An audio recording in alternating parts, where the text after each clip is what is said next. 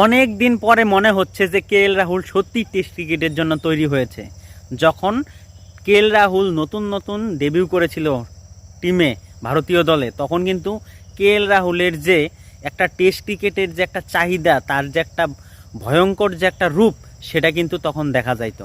কিছুদিন তার যে ফর্ম ছিল সেটা খুবই খারাপ ছিল, যেইখানে হাত দিত সেইখানেই মানে কপাল পোড়া যাইতো। কিন্তু অনেক দিন পরে কিন্তু কেএল রাহুল আর জয়সওয়ালের যে দুর্দান্ত একটা পার্টনারশিপ, 172 রানের পার্টনারশিপ, তাও আবার এখনও কেউ আউট হয়নি। দ্বিতীয় দিন শেষ।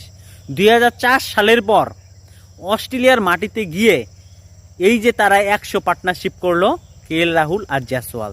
এর আগে বীরেন্দ্র সেহবাগ এবং আমাদের কমেন্টেটর, ভারতের একজন অন্যতম সেরা কমেন্টেটর আকাশ চোপড়া, দুইজনের পার্টনারশিপ ছিল 100। কিন্তু 20 বছর পর কিন্তু জয়সওয়াল এবং কেএল রাহুল কিন্তু সেই পার্টনারশিপটা ভেঙে দিল এবং নতুন একটা রেকর্ড করলো।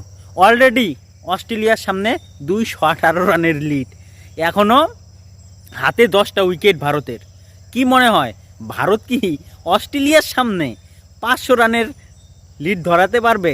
এবং যা দেখে অস্ট্রেলিয়া আগেই হাল ছেড়ে যাবে এবং এই পার্থ যে টেস্টটা আছে সেটা তারা বশ্যতা স্বীকার করে দেবে। আমার তো মনে হয় তাই। তার আগে বলতে হবে জসপ্রীত বুমরার 5 উইকেট হল, দুর্দান্ত।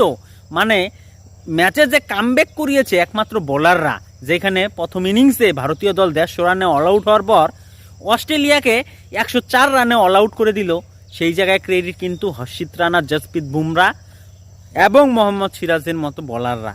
এবং সেই জায়গায় যে পরবর্তী দ্বিতীয় ইনিংসে ভারতের এই দুর্দান্ত কামব্যাক এবং তারা বিনা উইকেটে 172 রান, এখনও তারা ক্রিজে আছে দ্বিতীয় দিন শেষে, এইটাই মনে হয় প্রথম টেস্টের জয়টা তুলে নেবে। এবং জসপ্রীত বুমরা যে একজন লিডার হিসাবে সে আত্মপ্রকাশ করেছে, সেটা যেন একটা ফুলে ফেপে উঠবে এবং সেটা কিন্তু সবাই বাহবা দিবে। তোমাদের কি মনে হয় ভারত 500 রানের লিড কি অস্ট্রেলিয়ার সামনে দেখাতে পারবে? এবং এই টেস্ট ম্যাচটা কি ভারত জিততে পারবে? অবশ্যই কমেন্ট করে জানাও। ভালো লাগলে অবশ্যই লাইক, কমেন্ট, শেয়ার, ফলো এবং সাবস্ক্রাইব করে দাও।